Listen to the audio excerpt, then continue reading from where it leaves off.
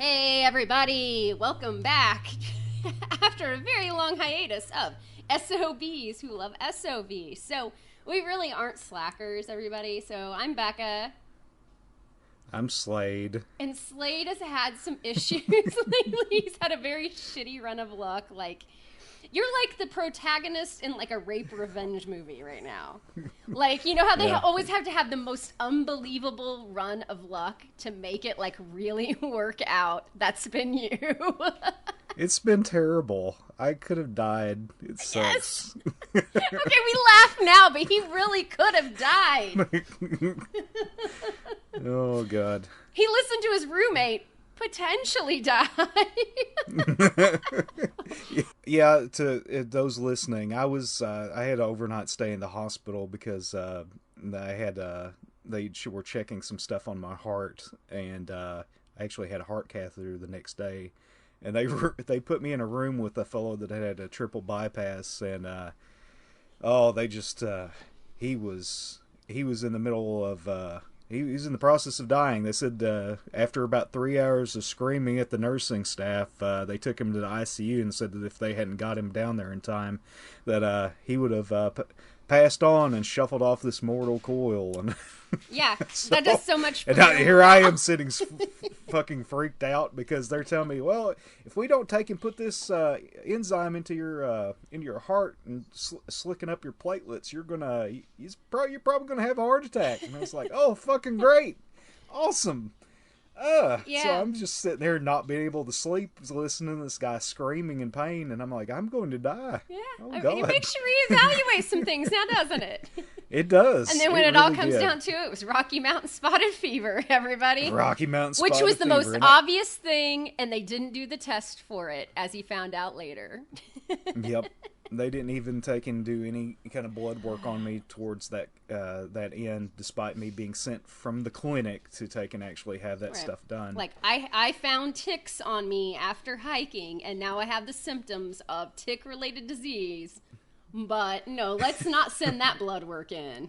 2 tick-related diseases. Yes. I hit the fucking lottery. The tick lottery, yeah. Jesus Christ! I'm never going hiking again, ever. And that was hilarious because that was the day before. Or no, you went in the day after.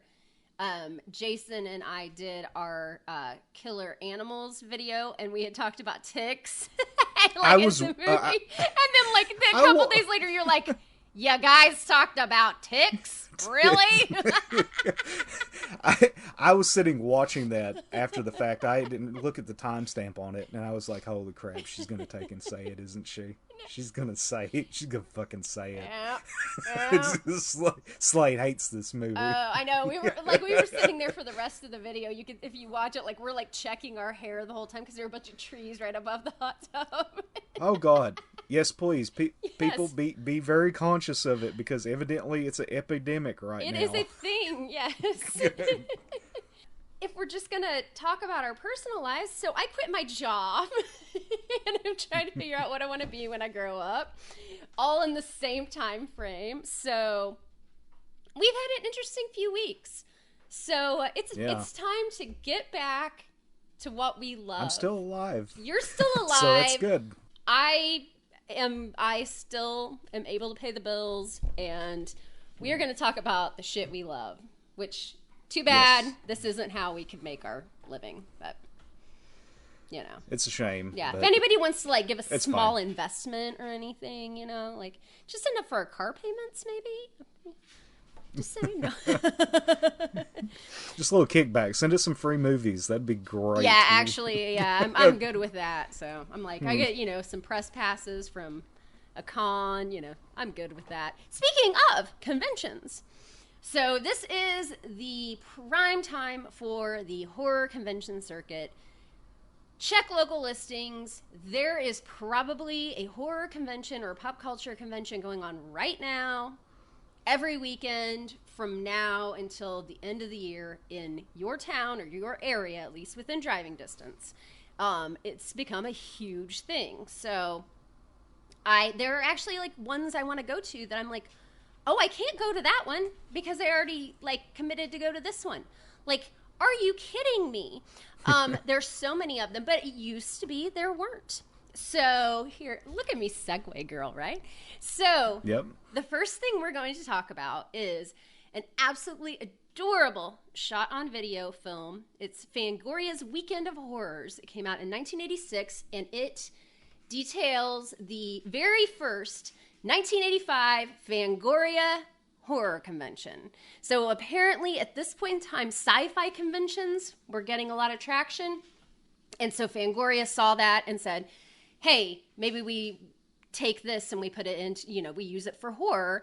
And so they had their first one in Los Angeles in November of 1985. And the video is basically like an hour of, if you think about the worst like cable access TV commercial that you saw in the 80s, like Star Wipe. Yeah, that's this, and it's great. It details the con, and it is so endearing, so endearing. So I think that you and I said kind of virtually the same thing about it. It is very eye-opening as to how much conventions have evolved, but also to how much they haven't, how much they are exactly the same as they were back then. Yeah, there's been a whole lot that's changed for the worse, unfortunately, rather than the better. But there's still a good amount that's taken in and that stayed the same. That's great about it. I think the very first, just right off the bat, is just the amount of people. I mean, there are just so many more people who go to these. There's so many more of these. I guess a lot more people have disposable income, or they're like me and they don't, but they still manage to pretend like they do for a weekend. I don't know how many people were at this particular convention, but it was at like a hotel. It was very small. But even looking, it was I'm looking at the poster right now. And this isn't the poster for the movie. This is the poster for the actual convention, which is we will constantly refer to it. We both have it here. Analog Nightmares from Richard Mogg. Yes. Every shot on video film. But it actually is the poster of the convention. And it looks pretty much like any ad for a convention that we go to today. I mean, it's Elvira, featuring the magic of filmmaking, Michael Berryman, special tribute to low-budget movies, special guests, Rick Baker, Dick Miller, Toby Hooper. Okay, and that one might not be on posters anymore, but Fangoria's Fright Film Festival, the 7th Annual Cinemagic Short Film Awards, blah, blah, blah, free gifts, surprises, like a convention for fans of horrors, monsters, special effects, and movie makeup. I really liked the speech that Carrie O'Quinn does, like at the start of the convention. I think that would be really cool to take and experience that as a group of just talking about horror fans. Like, oh, you're going to take and make so many friends here and encounter so many people that share your interests and things. Please actively, seek out these people and talk with them and make connections. And I've had that experience at the conventions I've went to, that I could just sit and talk to just random people at length, and it's great. Nowhere else can I take and share my fandom like that. Right, because if you wore that Video Violence shirt you're wearing right now, I guarantee in Bowling Green, Kentucky, nobody'd know what the fuck you were wearing. I wore this to Walmart once, and I had a woman take and just scoff at me and just shake her head and tell me that I needed to take that off. Because it said violence? Because it's just got blood on it, and it says violence. So I'm just like, I'm sorry, I didn't mean to ruin your day. Yeah, sorry, I just needed to get some Pepsi and some tortilla chips, so peace out, lady. I just threw on a t-shirt.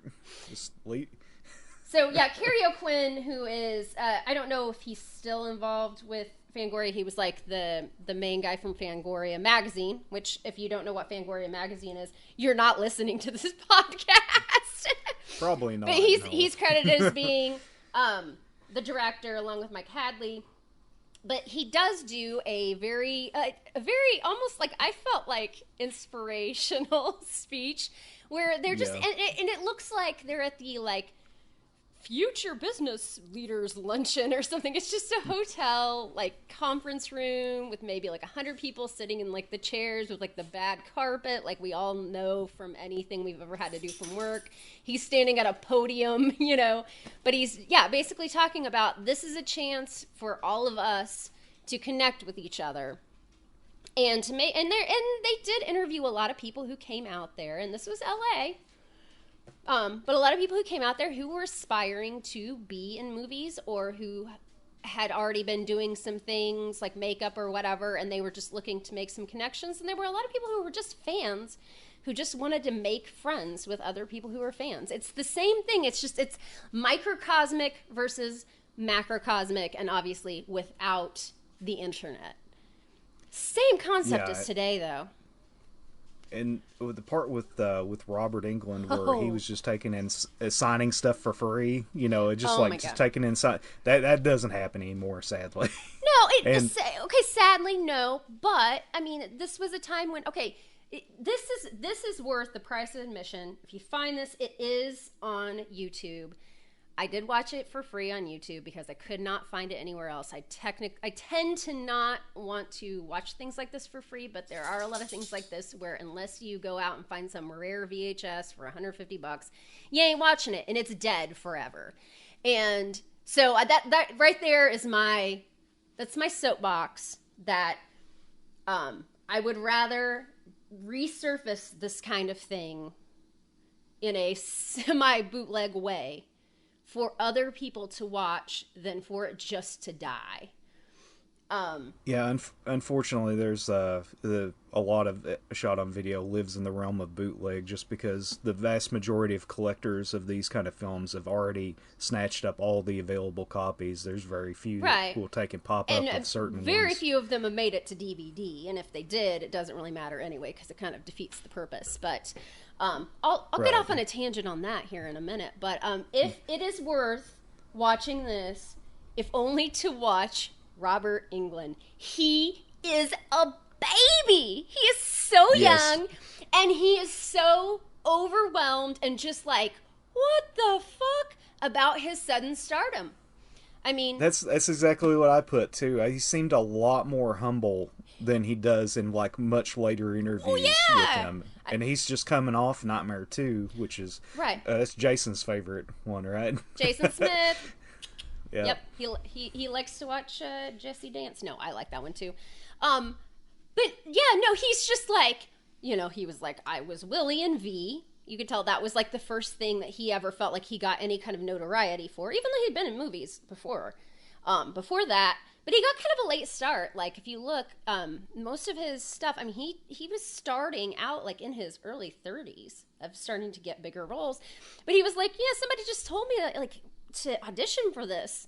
And I was like, okay. And if you, like, listen to him talk then, too, it was like, you could be like, why would anybody ask him to audition for it? It reminds me of, like, David Howard Thornton. If you haven't met David Howard Thornton, Art the Clown, I can't understand why anybody looked at him and said, you need to audition for this psychotic role, because it's not his personality, but he does it so well. Same thing I always say with Bill Moseley. Like, I'm like, he's like your grandpa. He's the nicest guy in the world. I'm like, whoever, like, I'm like, how Rob Zombie looked at him, he's like, you're going to be Otis. It's like, it's the magic of acting. They can just tap into this horrible, dark part of themselves and make it emerge. Oh my God. It's so endearing to listen to him. And he said, when I sit in that audition, I had no idea that in a couple years I'd be driving a Mercedes. That's his exact words. And like, that was his point of reference. Like, I made it. I'm driving a Mercedes. Like, it's so fun to see that. And, you know, I mean, obviously he's somebody who's come a long way and he's worked very hard. You know, it has come up through the ranks, but it is good to see like the roots of that and to see how humble, like you said, he was when he started. I'm not saying he's arrogant or anything. Yeah. Huh? Oh yeah. Go ahead. It's just great, just taking in, talking about the fans and how they notice things with his acting, and Yes. just how much he appreciates how much that they're involved with him, and it's great. Oh yeah, and he makes a couple comments of he threw like really really subtle stupid things in that like he just that only like he got, like almost an inside joke for himself, and he's like, and these people are coming up to me and they got it, they noticed it, and like, you know, and he's just like, oh man, like my people, because they noticed my stupid inside joke that I threw into my performance. They've watched it that intently, and it's great. I want more of that. Like I've said this before, and whatever, nobody listens to me, so who cares? But I met Felissa Rose at one of the first conventions. It was at least the first summer she did conventions, not the first convention she did. I couldn't even find a Sleepaway Camp shirt online. I made my own. I was like, oh my God, because I loved those movies growing up. I mean, and nobody had been talking about them at that point in time. And I went to the convention. She had the small little table, and she's just like, she saw me with the shirt. She's like, oh my God, you're so cute. Oh my God, you have this shirt. I'm like, I made this for you, Felissa. I usually am very into the independent film people. As am I. Yes, and much more approachable. And the people who are, again, up and coming, the people who are trying to sell their stuff, the people who want to talk about their stuff, but then also those people who are like, they're brought back from obscurity, like, and they're like, oh, people really, you like know my name, you liked my movie, what? I want more of those in my life. Yeah, I feel like one of my biggest hurdles when I take and go to conventions like that, when I see somebody that's like just huge that's there, I feel like unless I've got money to take and drop down on the table for them, I'm just walking up and I'm asking the same questions that they've heard a million times before, and that they're just going through the motions. That may be a kind of a negative way of looking at it, but it's just kind of, you know, I've heard so many horror stories from like certain people in the circuit, just not being the nicest of people. But everybody in the indie sector is just generally freaking great. I remember sitting and going to Horror Hound a couple years back and sitting with Fred Vogel, and he talked to me for over an hour, just talking about his films, and about how he spent the majority of the first August movie's budget on busting up a door. So yeah, it's just cool, and it's really nice to take in, you know, because they're very appreciative too of right. Of things like that. Right, and so just great. And just like with some of the people we've kind of befriended through my podcast, or like just on Facebook, or through this, because we've built a very large like platform here, but we just haven't been able to do anything with it because of Slade's illnesses. But we have a lot of awesome people on board. But just to be able to talk to some people like who have made some of these movies that we love. And like, for example, I watched a movie, I'm going to pimp this out. I watched a movie the other night called Get My Gun. And I had seen it posted on a group that I was in on Facebook that is just all about supporting indie horror. It's basically just everybody posting links to their videos or movies, promoting themselves and trying to get somebody to watch their stuff. And I watched this movie and I loved it. And instantly as I was watching it, I sent the director, which I'm going to get his name wrong, so I've got to look it up because I'm not going to say it right. But I sent him a message. I was like, I love your movie. I want to interview you for the podcast. And then he's like, yes, please, let's do this. He's like excited that there's somebody who liked it. And I was like, he never put that movie out there or that post out there, like, for people to like the movie. As weird as that sounds, he wanted people to watch the movie. I made this movie, my blood, sweat, and tears is here. And I want people to, okay, I'm gonna say it wrong. Brian Darwas, Darwas, is his name? It's close enough. Darwas. Okay, I knew I would say it wrong if I didn't look at the exact letters. so so just that accessibility and just to be able to find somebody who you're like, I like your stuff. Let's talk about it. And they're like, let's do it. Yeah. You said it felt like a Miss 45 homage, right? See, I was one of the 10 people who watched it, probably, who got that. He has a few Ms. 45 references in there, and if you know me and Slade, you know Ms. 45, Thana, loving it. He's the one, Slade is the one who introduced me to Thana. Thana was one of my not quite final girls because despite her questionable motives towards the end, I do adore her. She had a really shitty day. That's really bad. My God. That's exactly it with this. Okay, we're getting off on a tangent. I may totally edit this out. That's one of the things with Get My Gun. I love rape revenge movies. I love them, love them, love them. And, it's deep-seated from when I was very young.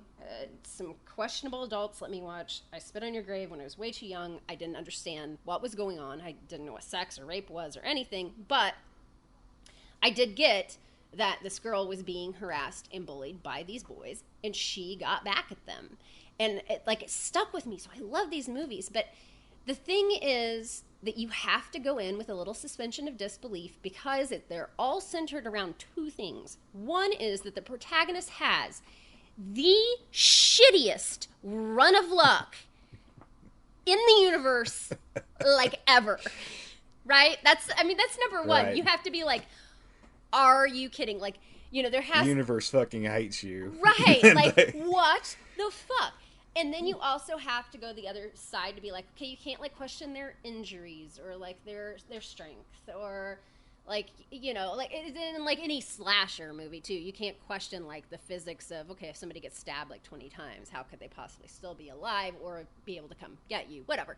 You have to just push that away so you can have the fist pump moment, right? Yep. And that was this movie for me. Get that sweet. You got the revenge. You get the rape. And it's usually rape and in Get My Gun, it's she just runs into the shittiest people. She's I'm gonna make lemonade out of my lemons, and then it's and then she gets more shitty people in her life. What? But yeah, you have to have a really shitty run of luck, and you have to have the fist pumping at the end, and I dig that. So yeah, again, that was way big tangent. Hey, support indie horror, support indie filmmakers. Don't pick their movies apart. And yeah, okay. Yes, please. And another thing I really loved about this one was the Wes Craven interview too, when he's talking about the rubber reality and how it's becoming kind of a common thing in horror where it's dream-like nightmare realities, hallucinations.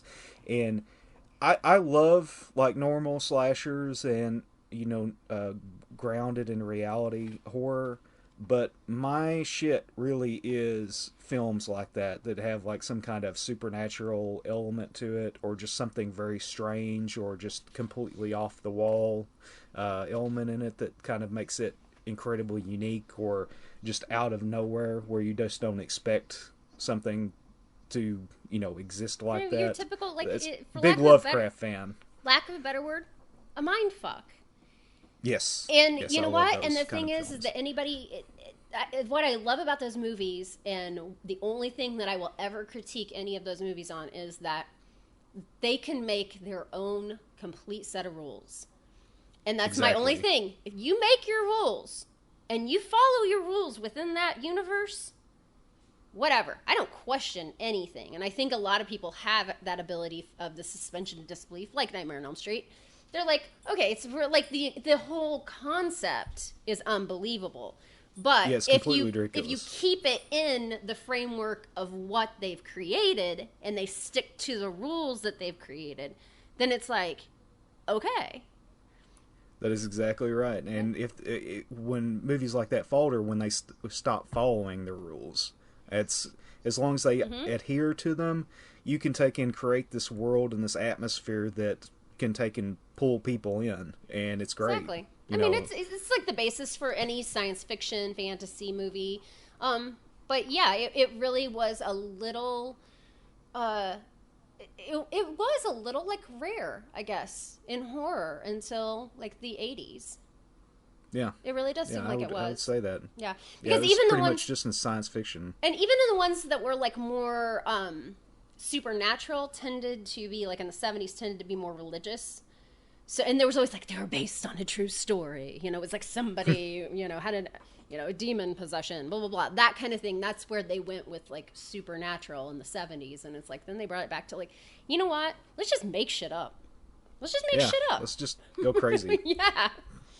Yeah, I loved it. I did. The one thing I hated about it, did Toby Hooper not seem like an arrogant prick?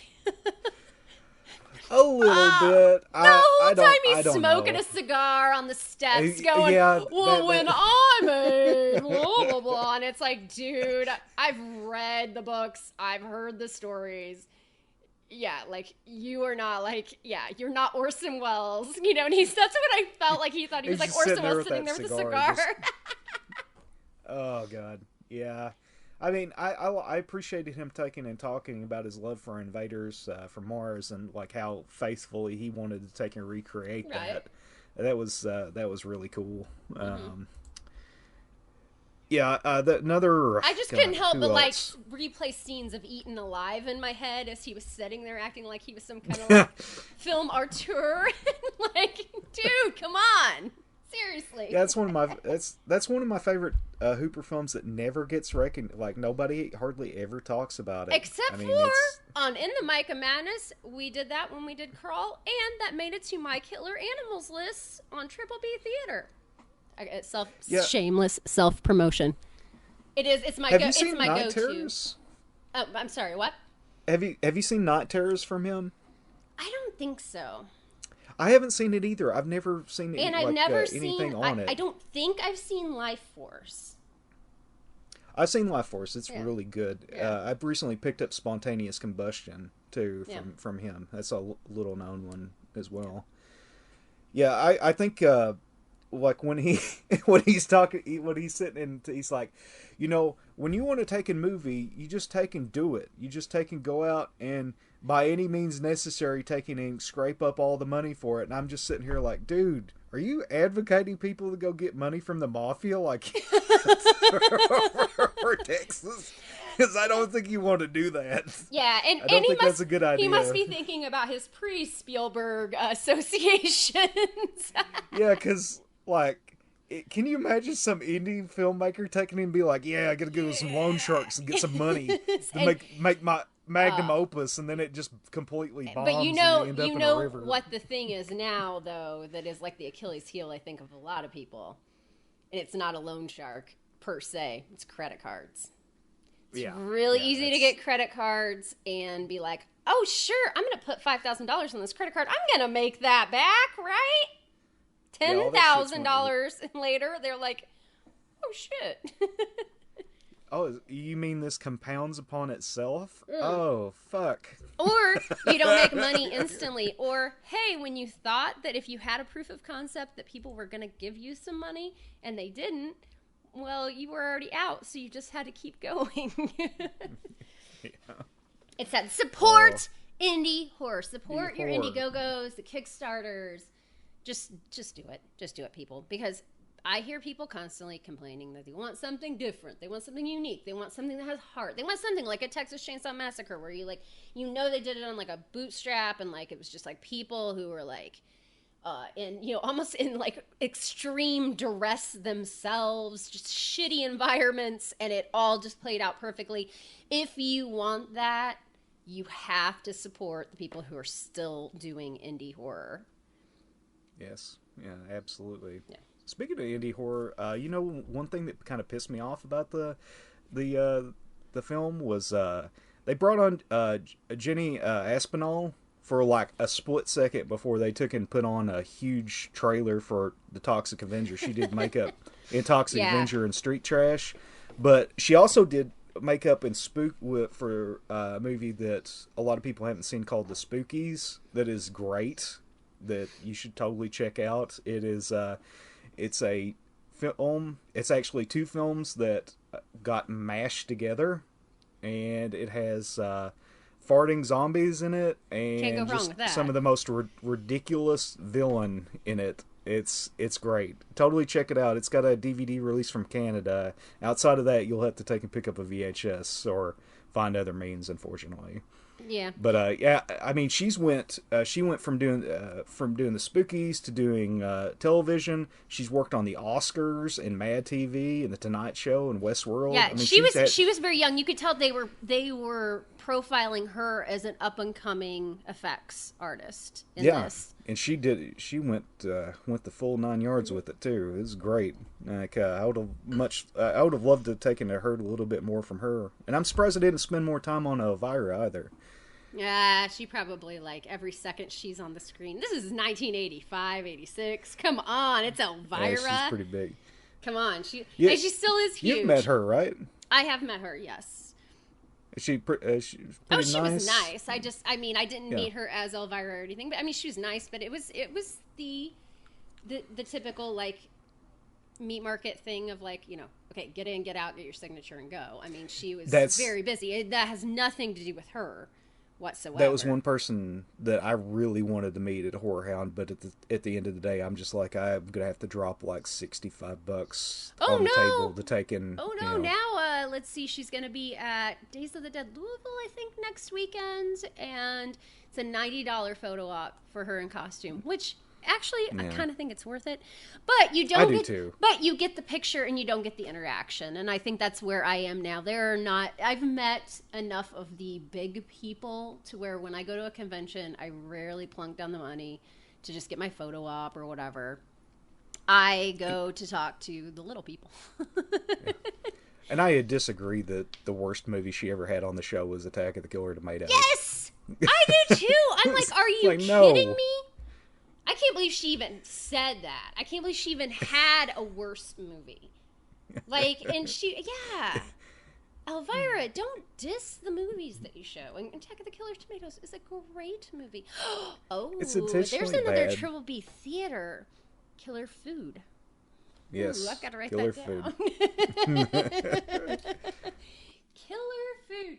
But yeah, all in all, this is just, I mean, it's a trip down memory lane for memories that we don't, and I did actually just write down Killer Food.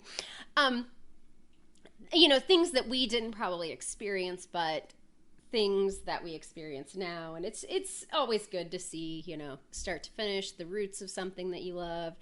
Again, check local listings. There are a lot of really great conventions, and a lot of them there are bigger ones that maybe have become more commercial. And yeah, you can probably see the bigger people there, like Elvira. But there are a lot of smaller ones, too. They're everywhere. I just found out yesterday, one of my friends on Facebook is having one in Logansport, Indiana, which is like 20 minutes from here. And I was like, well, I'll be damned. I'm like, well, I'll try to go. But I think I already have, I think I'm supposed to be in Iowa for one. Where I actually get a table. It's the first time I get to do anything for the podcast. Sweet. That's awesome. Yeah. I pimped out Jason Crow as a guest, so we get a free table, travel, and a room. Oh, sweet. Yes. That's awesome. Yeah. You know, I'd like for them to take and do, like, that auction that they did during the film. Yes. Seemed like it'd be really cool. That was one thing that I thought, and maybe just because of online auctions now, maybe that just wouldn't be that, I don't know, that lucrative. That cool. Yeah, but they had an actual factual auction. Like, everybody sat there, they brought things up to the auction block with an auctioneer, and everybody had their little paddles and stuff, like an actual auction. And yeah, that was really cool. But yeah, maybe that just doesn't work in today's society because we have other ways to do that. I don't know. Yeah, and can you imagine taking in for the short film showcase that they took and did, the Cinemagic, like Toby Hooper giving you an award? Yeah, and that was cool. And if you okay, so I'll just pimp out some whatever. One of the bigger ones. Horror Hound has become very large. But one thing that they do really well is that they profile and show a lot of movies, shorts and full-length feature films, that would not be on the circuit otherwise. So, that is one thing that probably has gotten a little more, I would say, expanded over the years, that people have had more respect for the short film, and that's been a good springboard for a lot of people. And some of these film festivals like that really highlight the people who do the short films. Yeah, and a couple of years ago, I saw at Horror Hound a movie called The Profane Exhibit. Mm-hmm. It's got Yui Bowl actually did a short that was watchable, and yeah. Sorry. Well, and Marion Dora had a short on there, and a bunch of other people. I can't remember some of the directors off the top of my head, but that film has never been released because there was no one who will take and distribute it, and it's having rights issues currently. One of the biggest issues with it is I saw the uncensored Marion Dora short, and holy shit, I don't think that could ever be put on a outside of Unearthed taking and doing it. Love you, Unearthed. Yes. Oh my god. I think I want to say that there at one point that they were trying to take and release it, but I'm not entirely sure on that. But it's been having rights problems. One person had their film dropped out of it, and then replaced by one by Lucifer Valentine, who did the Vomit Gore trilogy and Black Metal Veins, which is crazy fucking film. Oh my god. But yeah, the Marion Dora short out of it was crazy, and I got to see that, and only people on the theater or the convention circuit got to see that. Yeah. And now it's gone. They can't take and show it anymore, and they can't distribute it. So and I saw well, we were going to see The Bad Man. Yes, we were going to see The Bad Man at Horror Hound in Cincinnati. We stayed up. Us old motherfuckers stayed up for the after party to see The Bad Man. Yes. And you were lovely in your cosplay. How was that experience for you? It was, okay, it was fun. So yeah, so I was Baby. I was not Baby from House of a Thousand Corpses. I was Vaudeville Baby. Showtime Baby. And I've had this experience before. I haven't done like full cosplay. I was very like apprehensive to like go into like a convention full cosplay. I've done like, Halloween costumes where I've worn masks and things. And like you walk out and you're like, I'm not me anymore. I realize like, you're like, they all see me as something else. And so once I was Baby, yeah, like I was like, oh, it was good for my social anxiety because I could hide behind this character. And that was your first time, right? That was my first time doing like cosplay. Yes, and that's where I met Creatures of the Night. The very first people I walked in, I went back to my hotel, got all my crap on, and it was hot and yucky and the wig's itchy, And I walk in, and there are like Otis and Captain Spaulding, like the huge paper mache heads. These guys are so awesome. It's 3 kids. They are kids. They are kids. I'm sorry. I'm 43. They're in their early 20s. They are kids. They are awesome artists. They make these awesome costumes. And I walk in, and there is Captain Spaulding and Otis with like these like 4-foot wide heads. And I'm like, oh, okay. I'm suddenly at ease. That did help me, actually. How did it feel to take and have just random people say, hey, let's take a picture? Oh, I still get like people who like just find me, and they're like they'll like friend me on Facebook, and they're like, here, and then they like send me like a picture that I took with them. And it's like, oh, okay. It's fun, it's nice, and it's a way to like keep that connection going because you do meet so many people at the cons. And I do feel like that particular experience did help me like keep more connections because people knew who I was just based on my profile picture. And I made a lot of friends that way. So yeah. So Anyway, yeah, so we're just like reminiscing now about our convention experience that we had together. We actually were at HorrorHound in Cincinnati together. That's why we are like all waxing poetic about that one. Yeah, that was a fun time. And it was a fun time. We were with Drewski, Sarah Bolser, Chad Ashbrook, and I'm going to forget her last name, but Maggie Ewing. Yeah, we had a lot of fun. And Ed Cummins was there too. And I can't remember if we had any, but we had a pretty big group. It was pretty fun. Yeah. And Samantha. Yep. Samantha Shepard, who never got to go, but she did get to eat Indian food on a paper plate with me.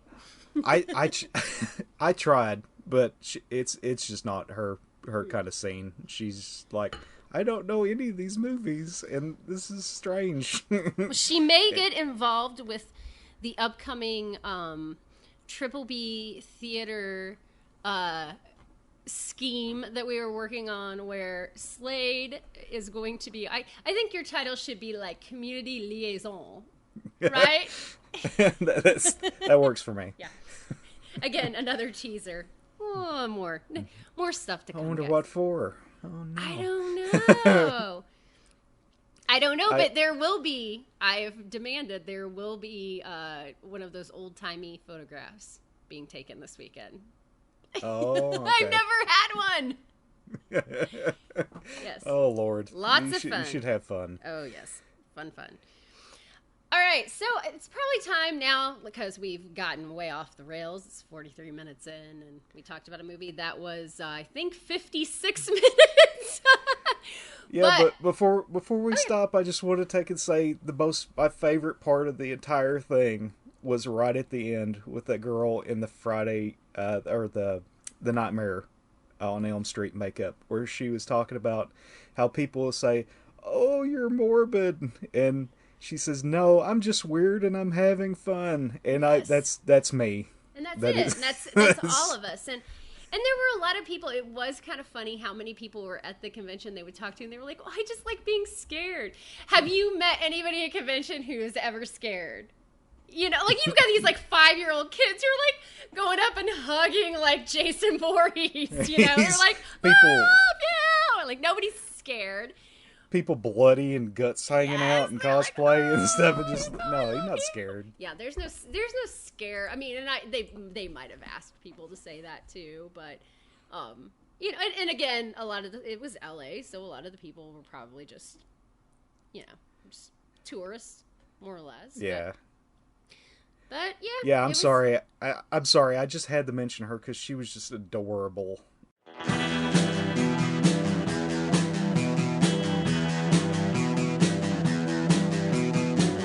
You're listening to the Prescribed Films Podcast Network, home to hundreds of hours of free podcast entertainment.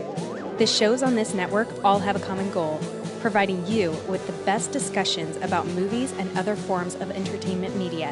The PFPN hopes to fill your earholes with audio joy. Visit our website with links to all the other amazing shows at www.thepfpn.com. Thanks for listening.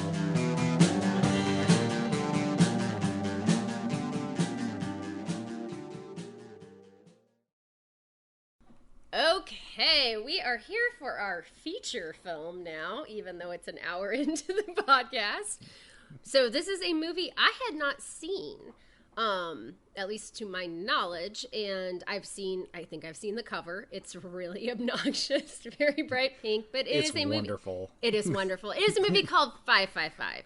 Depending upon where you look, and we have had this discussion off air, it was from 1986 or 1988. It kind of all depends on probably your source, which happens a lot of times with these movies and independent horror now. It was directed by Wally Kaz. And if you look at the IMDb, pretty much no one involved in the movie has a picture or any other credit to their name.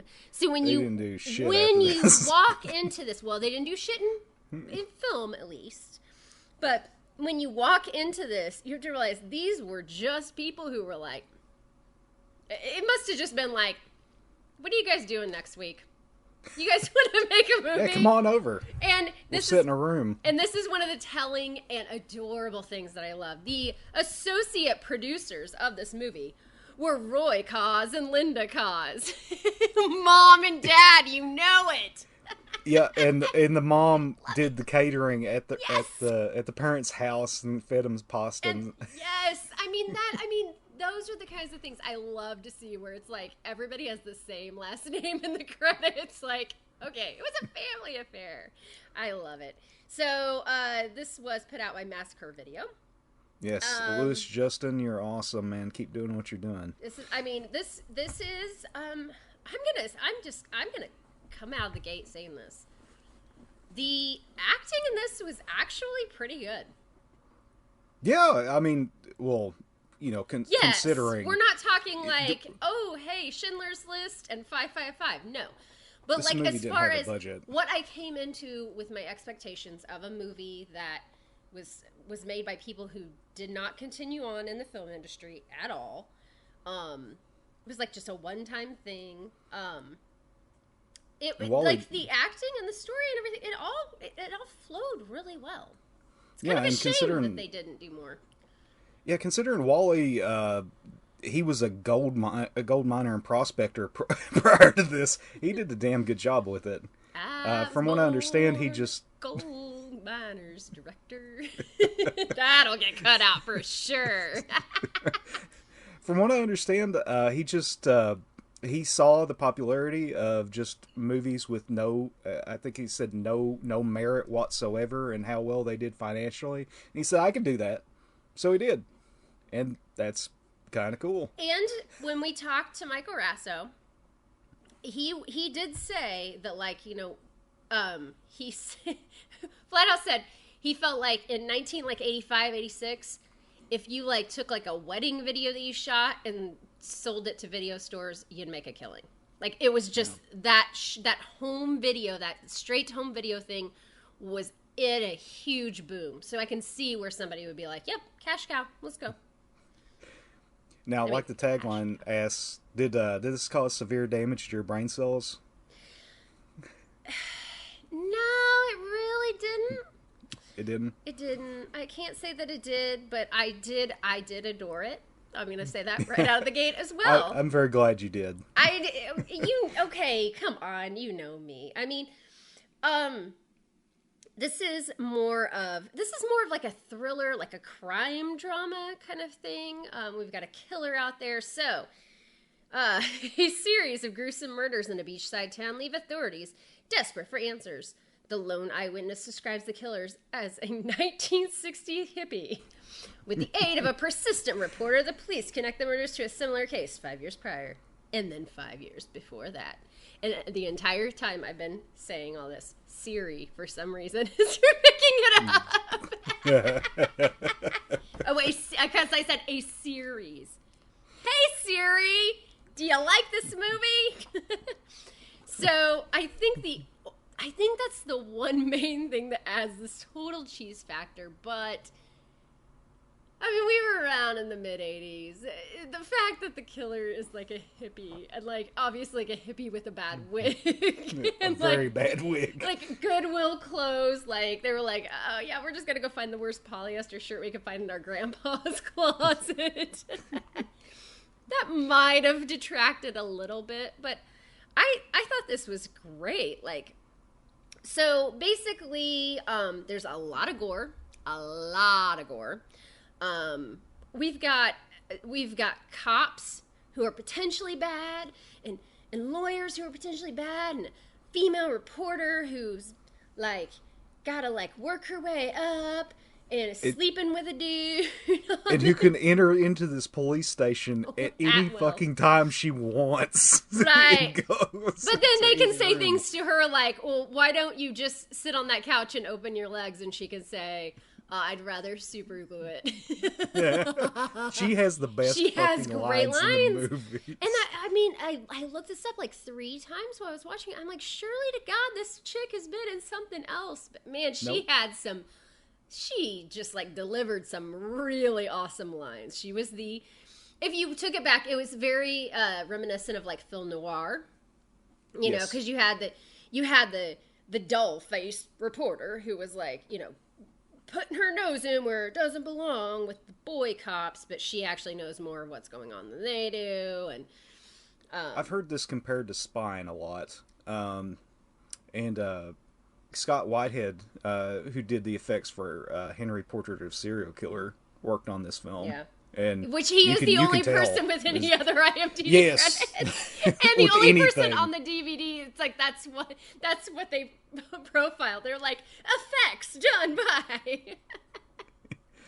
Yeah, and he didn't seem to do anything after it. That's a shame because he's really talented.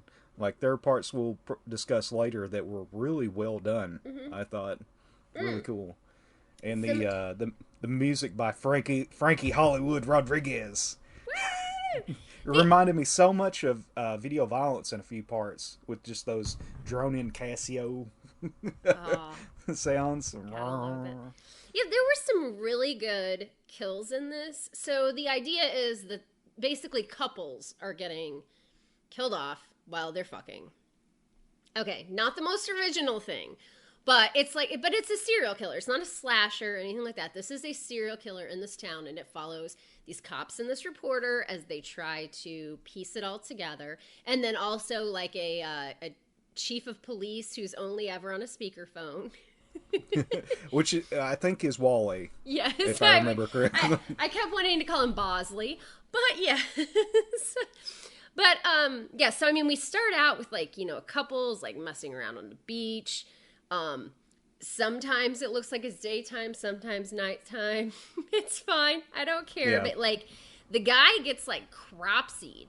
Like, they're having sex, and he gets, like, the shears and the throat, and it was awesome. And then she gets all the blood squirted on her. It looked like somebody threw a bucket of blood directly on her. And then it is the ADR screams like, ah, ah. It was so bad, but I loved it. That so many times, like they would have the camera right on the victim's face, and she would like have her eyes closed and just her mouth open, obviously like supposedly dead, and you just hear, ah, ah, just completely out of sync. I don't think she's making those noises. Do you have like anybody else over there that you're trying to kill? But Bucket of Blood, by the way, I love that movie. Roger Corman. Watch it if you like old horror. But yeah, like so we've got the Colonel who is he's taking a walk on the beach at 2 a.m. It's because that's what he does. He's a retired Army guy, and he hears this long female scream, and it takes him a while to report all this to the police, and so that, for whatever reason, makes him either a suspect, an attention seeker, something. I don't understand the main cop's, like, problem with the Colonel through this entire movie. It's like, what would you know about it taking in Terrified Scream? I knew what it was. I knew it for what it was, Sergeant. It was horror. I love, like, later, once he gets pulled in. I mean, because we're going to be non-linear. This is spoilers, everybody. Spoilers. But when he gets pulled in later, like, the cop is kind of, like, massaging him, like, okay, listen, sometimes if you just, like, kind of relax, and you just kind of think, like, things will come back to you. So just, just kind of, like, sit there and just, like, let your mind just kind of, like, wander or whatever. And he's like, okay, so I remember I saw that guy on the beach or whatever. And it's like, well, that seems like something you would remember. You're withholding them. just instantly turns on him. Well, why would you? Yeah, I'm just like, oh my God. Like, I felt sorry for him, actually. But yeah, so he thinks that it's a 6 foot tall, thin 60s hippie. So. Yep, hiding in the bushes. Yep, and then we have a shaggin' wagon, our next couple, and that is where you watch it and the screams do not match in capital letters on my notes, but I put kill good. Oh yeah, it was totally good. Yes. And it's like, yeah, baby, yeah, gonna get married. And these women just sit there and let the killer they hold their hands above their head and allow themselves to get tied up. Yes. So that's the guy's MO, is he decapitates the man and then he quote unquote mutilates and rapes the woman. But Yep. there's Doesn't have his way with them till after they're dead, and they never explain why that is. and comically so. Oh God! Yeah, we'll get to that. He looks like a horny toddler or something. Yeah. He looks like a dog who's just like, oh yeah. Love it. But yeah, so now it's like, okay, the reporter is like, she suspects everybody in this entire movie. So yeah, we go to this room with like this bad carpet and like these like lime green walls. There's just like a desk and a couple things hanging on the wall, which actually gets reused like I think at least 3 times in this movie as different rooms. Yeah, I think we spend 80% of the movie in this room. It had to have been Wally Caus's like teenage bedroom, and his parents are like, "Oh, we'll move the treadmill out just so you can film your movie." Well, fuck it, we'll shoot at a different angle. They'll think it's another room. But you know what? You weren't fooling me, because I'm like, those walls. Like, if you used white walls or even just a neutral color, but I mean, the color was like what cop's office is like neon fucking green? Yes, it does not look like it. Just looks like some weird apartment. Oh my God.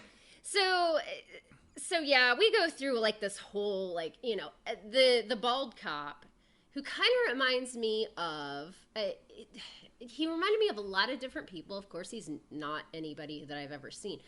But he reminds me of Matt Frewer in a way. Max Headroom.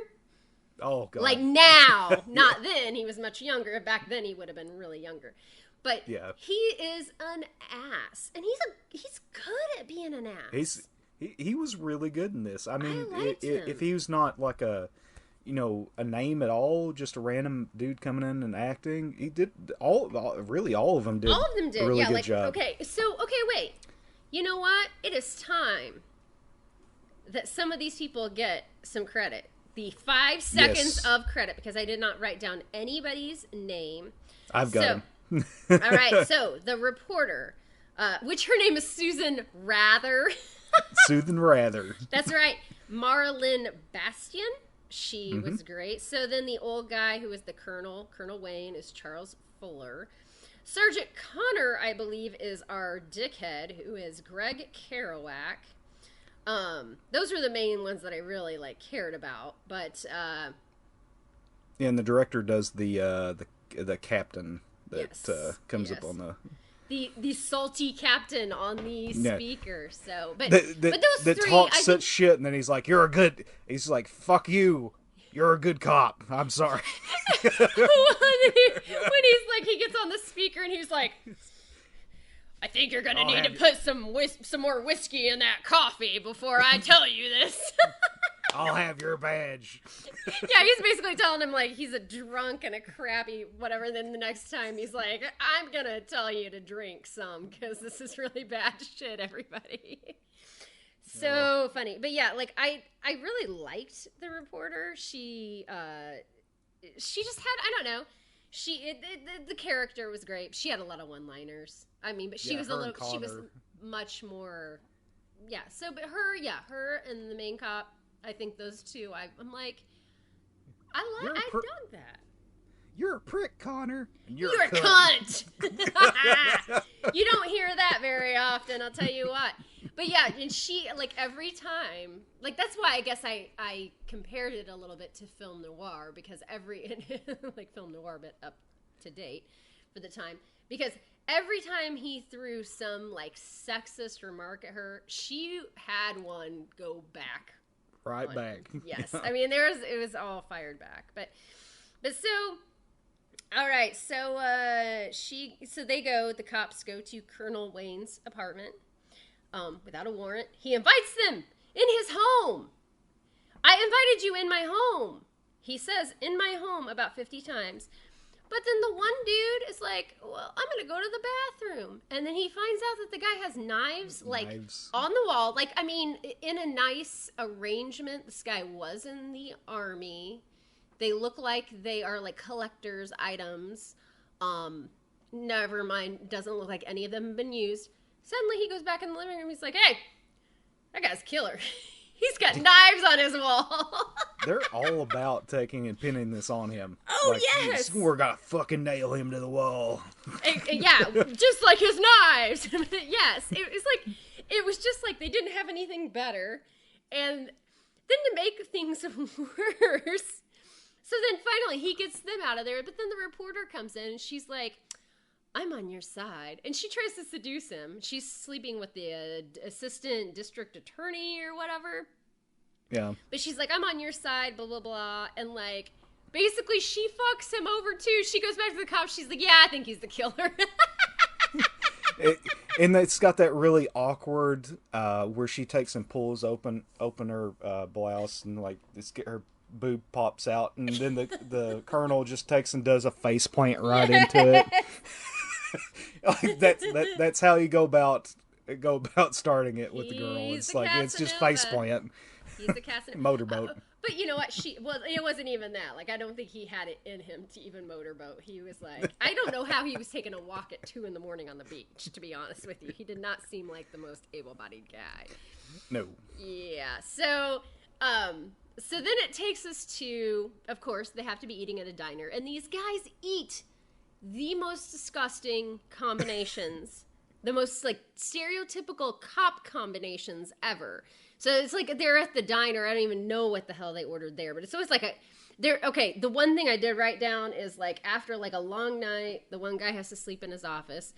The other guy brings him in some food, and he brings him coffee, soup, and a ham sandwich. That made my stomach turn. It's like, that whole diner scene was really nostalgic for me because where I grew up, every single little diner like that or mom and pop establishment, the person behind the grill was always fucking smoking 24/7. It looked like they were a suspect in a serial killing. Right. Like they had, like, is that blood or grease on your apron? It's just this guy with the chef hat and a freaking cigar hanging out of his mouth. Yeah, that's right. With the big Pepsi machine. Yeah. Yeah, like, these are all, like, nostalgic, beautiful things. And that's the other thing, too. Again, we're not gonna stop on this ship. But those are the things that make it beautiful, is that these were just places the people had to shoot. Like, okay, so Jason Smith, Teddy and I got him to review There's Nothing Out There from Ralph Kanefsky, which was 1991, a little bit later. But he was talking about the video store of, like, he's just like, oh man, the posters and, like, oh, this stuff is badass. And I'm like, okay, Ralph Kanefsky was 18, and that was the video store he used to frequent. And so that's not like a set.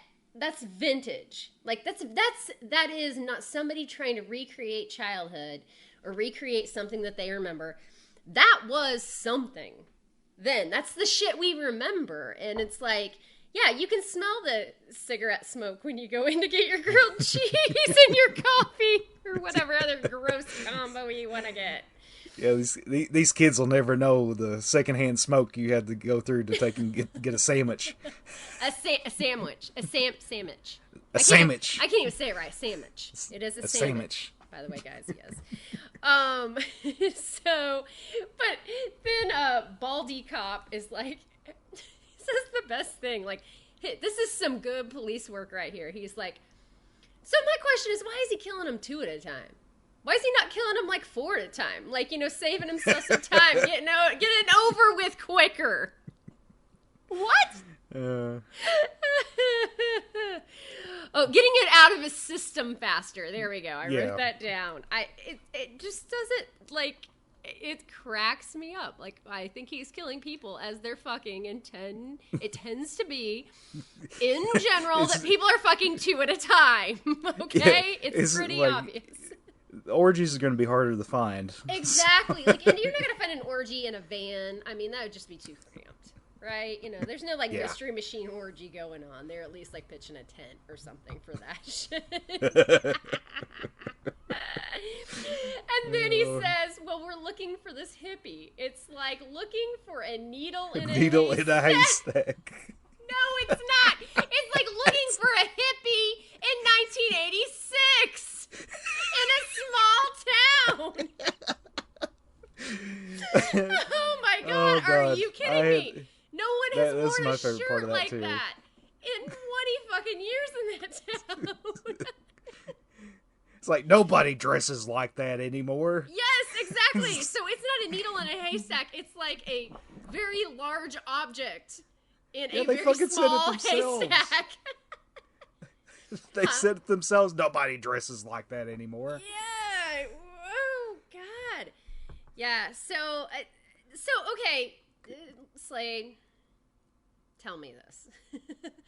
So they end up like putting a bunch of different people in different spots. Like they get like, and they even have to say it's like the cops, and then they get like, you know, these couples that are like planted, and they have to even say it's like the cops are the guys and the women are like their clerical staff, because heaven forbid any of the women are actually cops. Whatever, but they like plant these fake couples all over town, and they all have names. And one is, you know, 555. I mean, they all have like a number. So, please explain to me why 555 ends up being the title. I don't really. I want to say it's that 5 nights for. He's been doing it for 5 nights for 5 years. I really don't understand it either. Well, to be honest, the whole motive, like his whole motive for his killings, and the way that it goes from talking about from town to town to town. Yeah, that he's done this, 5 years. It's done so fast that I'm just like, what?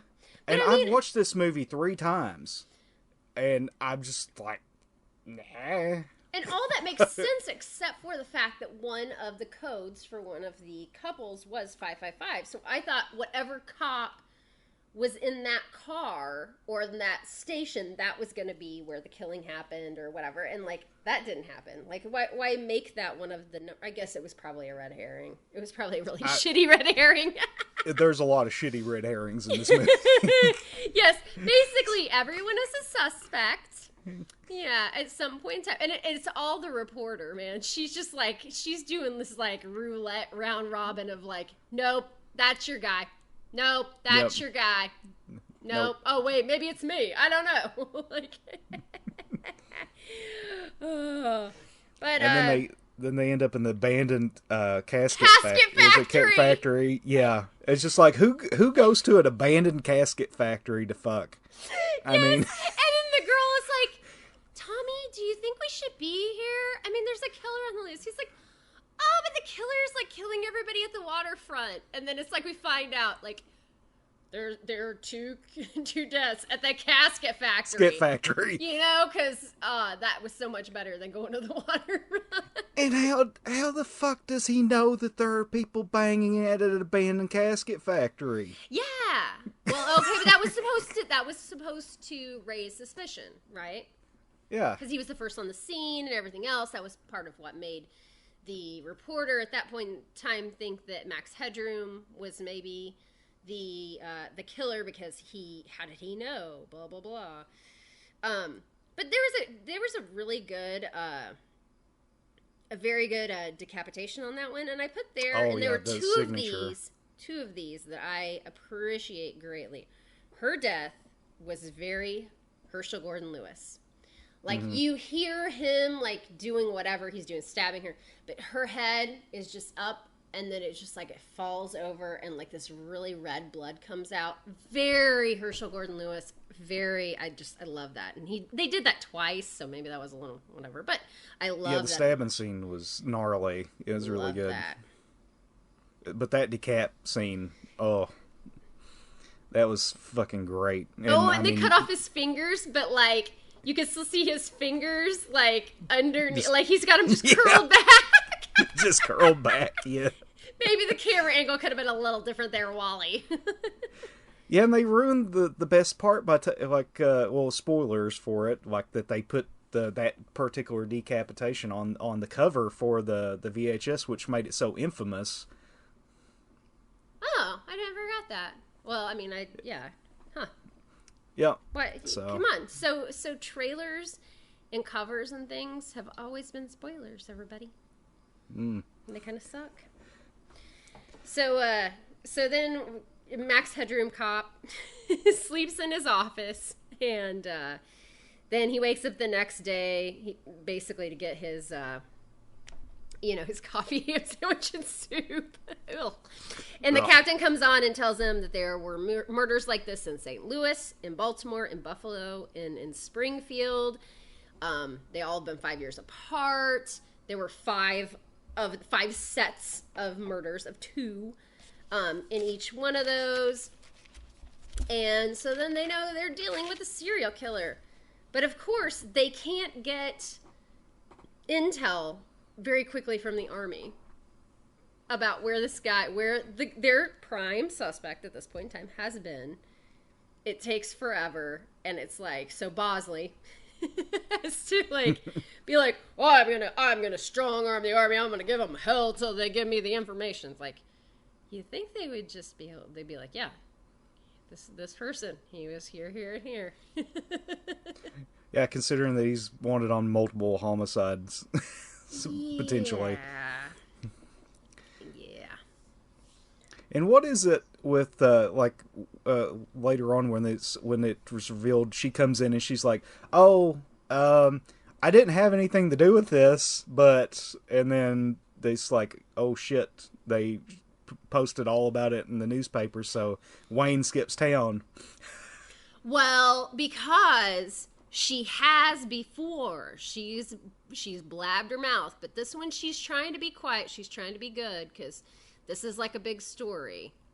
Whatever. Even though she's like instantly getting on the phone, like, "Give me the day editor." Yeah, that was the part that I was kind of alluding to, is that like as soon as she tells them that, it gets them to leave so she can go through the shit and be like, "Oh, tell me today." Exactly. And then, he skips town. It's like, oh, well, that's all perfect, What do I have here? I know. So I have written down here a sentence that says, why publicize what happened to their daughters? So the captain or whomever, the chief, captain, whatever, he says, the reason why all those murders in St. Louis, Baltimore, whatever, they don't meet the MO of this guy is because they all kept it quiet, because it did have the same thing. They were afraid there'd be a copycat, so they kept that quiet about the decapitation and the mutilation and the rape. Okay, that's fine or whatever. Yep. But they decided to keep it quiet because they thought, well, why publicize what happened to those poor people's daughters? What about the decapitated boys? Nobody gives a shit about no them. one cares about their headless sons, and no one even cares. It's not even, the implication isn't even that the women, the girls, were fucking murdered. It was that they were raped. Yep. They're all dead.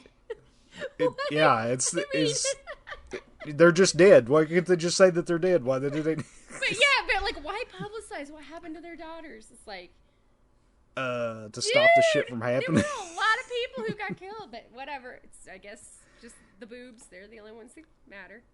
Future of America. Whatever. I don't know. It's coming up on my favorite couple next too. Go for it. Go for it.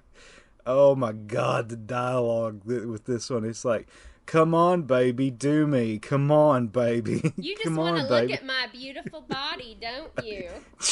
And this is the cop's office. Is it not? Their bedroom that they're fucking in is the cop office. Yes. It looks just like it. Flat just out. With a bed thrown in there. They put a couple NFL posters or something. Oh my God! Yes. Oh, and then when he leaves the room and he gets after hearing the noise and he gets the knife through the neck, that was actually kind of cool. I like that. It was cool, but very oddly placed. I had to rewind it a couple times, so it's like, what? It was just like, Yeah. when there's a noise, he walks into the closet or, like, just out in the hallway, and then he, like, comes back out with a knife. Like, I didn't even hear the noise. It was good, and it was just goofy. Mm-hmm. It was the goofy kill. And this girl, the killer's not going to come up to her, and she's like, I'll cover myself up with the blanket. And it'll stop him. Hey, what do you do? What do you do? And as he pulls the covers away, she's already got her hands above her head to have her hands be tied. Oh, wait, I read the newspapers. Let's just cut out the middleman, kids. And as soon as he just takes the taser up, he starts stabbing, and it's through the thing, but it looks, this is supposed to be her boob, but it just looks like a piece of plastic, it looks like they took like a plastic barrel and like just starts, because every time he would like pull up on the knife, it would like come up like very obvious plastic. Yes, awkward, just like really weird. And the whole time, she is just saying, oh no. No. And she's another one where they show her face. She's not saying anything, but you hear her saying things. Oh no. Oh no. It's like nobody's going to say oh no repeatedly until they die. Yeah, right. just oh no. And the blood was like magenta. Like yes. it was, I don't know if it was the same blood they used in the rest of it. They had a bad batch. They had some bad coloring because this is VHS whatever. Yeah. But I was like, that's like almost purple. whatever But then so Connor, Max Headroom, goes to get Wayne, who's been in his basement all day, brings him in, and basically, like, we're talking, he Rodney King's this guy. Like, yeah. What the fuck went on there? They all do. There is one thing in there, though, that was kind of interesting to me, and it was like, I want a lawyer. And I've always wondered about that. And it was like, if you tell cops I want a lawyer, it's like, well, what's the lawyer's name? Who should we call? And it's, if you're just some random schmuck taken and brought in and wants a lawyer, like, what are you going to do? Be like, I guess the district attorney, I don't know. Somebody? I had that same thought. Because I don't know any lawyers. I've never had to have a lawyer. So, yeah, somebody said, who's your lawyer? Like, in a pinch like that, I don't know who I'd say. I thought the same thing. I was like, could they give him a phone book or something? Like, anything. Yeah, that is bizarre. Maybe we need to put a retainer on lawyers. Just maybe that's a cautionary tale of 555. yeah. That's some get educated. I couldn't even tell you like a name of one that wasn't like one of the schmucky ones on TV, like the Hammer. The accident lawyers. Oh my God, we have those commercials here too. It's like, call the Hammer. That's right, Vaughn Walmsley. Whatever. Ken Nunn gets it done. Like, those are the only lawyers I know, and I would never hire any of them, nor would they ever take my case, but yes. Oh, and it's leading to the reporter's best line in the entire fucking movie. Go for it. Oh, it's, when they taken and interrogating him, and then all of a sudden the chief calls in and says his lawyer's there, that they had to take and hire one for him. Oh, right. And then she comes in and trying to tell the two cops, hey, I've got some something for you, and they're just like, you just shut up and just listen to me, you stubborn Irish cocksucker. I'm too good a wife for any man to ever get rid of. And that's right. That's right. I mean, let's give them a little bit of kudos or a break here. She has kind of been the cry wolf girl the whole time. Yes. I mean, she's come every time she's walked in the office. I mean, she's had like legit intel, but she's like injected way too much of her opinion in it. Like, so this happens. So he's the killer, blah, blah, blah. But this time she's got it. It's the dude she's fucking. The assistant district attorney or whatever. Ralph Kennedy! It's Ralph Kennedy. But you know what? They latch onto that idea like really fast. Yeah. They like maybe a little too fast. Like Ralph, we've worked with Ralph for 20 years, but they're like, no, hey, just Ralph. It's got to be Ralph. It's got to be him. Oh my god. So what was the deal with like? So the end of this. So they find out it's Ralph, and they go like, go to get him. They do the sting. Blah blah blah, and they do that montage of basically all the murders that have happened. But it's done in a really bad pacing. Oh god, we have to talk about like when the sirens come up. And he's still banging the dead chick. He's back. Oh god, he kills these two people, and then all of a sudden you hear like it doesn't even sound like police sirens off in the distance. And it sounds like more like a tornado siren. Yeah, and he's sitting here dry humping this corpse, and all of a sudden like this bad wig's jiggling back and forth with his swine shirt, and all of a sudden he just stops, and he looks up, and he goes, "No!" But it takes him so long. And then he starts again. He starts humping it again. Yeah, he starts humping the like dead doll on his bed. Oh god. Oh, yeah, and then they do. Yeah, then they do that montage of basically all the deaths. But instead of it being like so stupid, flash, flash, flash, flash, it's like there's one they spend maybe like they put like 20 seconds up, and the next one maybe flash, next one maybe like 30 seconds up. Like they linger way too hard on that. Like. Yeah, I thought it was like maybe like him reflecting on like flashing before his eyes before he goes to hell or whatever. But the ones that were lingered on, those must have been his favorite ones. Yeah, a little bit. Yeah, I kind of like that montage at the end. It was kind of neat. And like before they take and actually shoot him, they're like freeze, and then he does, and then they just open fire on him.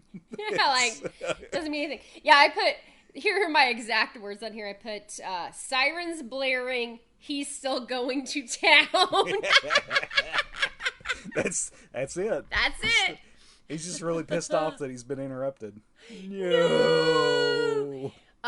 So great, so endearing. I really actually dug this. I'm glad you did. I figured you might. It's one of the better acted, really ultra low budget shot on film. Yeah, and maybe we aren't making it seem that way, but I think the things that are quote unquote bad about it aren't the performances. They're more of it's more of the dialogue. But then again, we've praised some of the dialogue because some of the banter between the main cop and the reporter was just it was great. We've quoted so many things in here.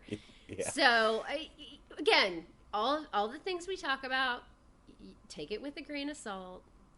This is the kind of stuff we love. But if you love this kind of stuff, this is so worth watching. Yep, definitely go and pick it up from Massacre's website and support them because they put out so much good, really obscure stuff. They're a great company. And we love this stuff. So, it's up to you, Mr. Shepard. What are we watching next time? Look at me putting you on the spot. I don't know. I was taking and considering maybe some anthologies. I don't know if you've seen Satan's Storybook, maybe? That's familiar, but I don't know. Again, all these, this is the beauty of all this for me, is like, I've probably seen every movie in this book, and I'm revisiting them all. I wanted to do Campfire Tales, but I don't know why I thought that was shot on video, but it's not.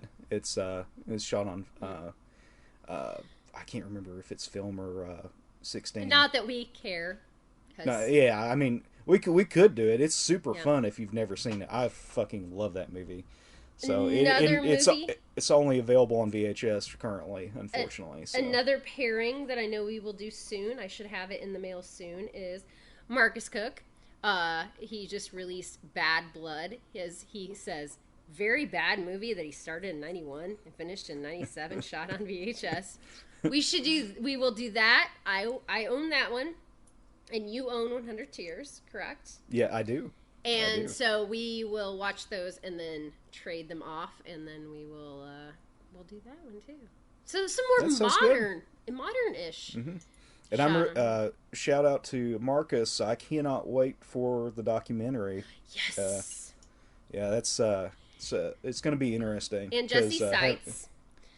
So Marcus and Jesse are making a documentary that's supposed to come out in October, I believe.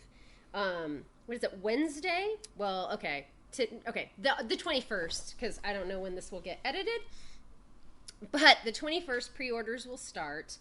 And it is a documentary basically all about what they call red horror. So extreme horror. I actually shared a link with it on one of my more, I guess, pedestrian horror sites, and this guy was like, that was what did hilarious. I just watch? I'm like, fuck you, motherfucker. Like, yeah, we like fucked up shit. Sorry. He was like, I thought I was watching like porn and like horror at the same time. Like, oh, Jesus Christ, buddy. Okay, I need to be whatever. But anyway, the documentary is called Beyond Horror, The History and Subculture of Red Films. So you can go to their page on Facebook. Just look them up. And it's 9393 Films, 93/93. Pictures, I'm sorry.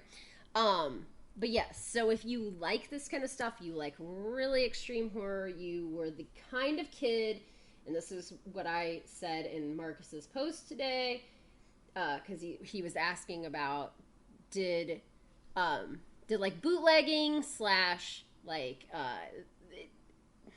targeting these movies, did it make them like more popular or less or whatever? And I was like, all I had to say is that if something was banned in 24 countries when I was an adolescent, that was the movie I wanted to watch. So thank you, Siskel, Ebert, and Tipper Gore. Yeah, this is for you if you were that kid or that person. Yep, and I'm looking forward to sharing the violent shit movies with you. Oh, yes.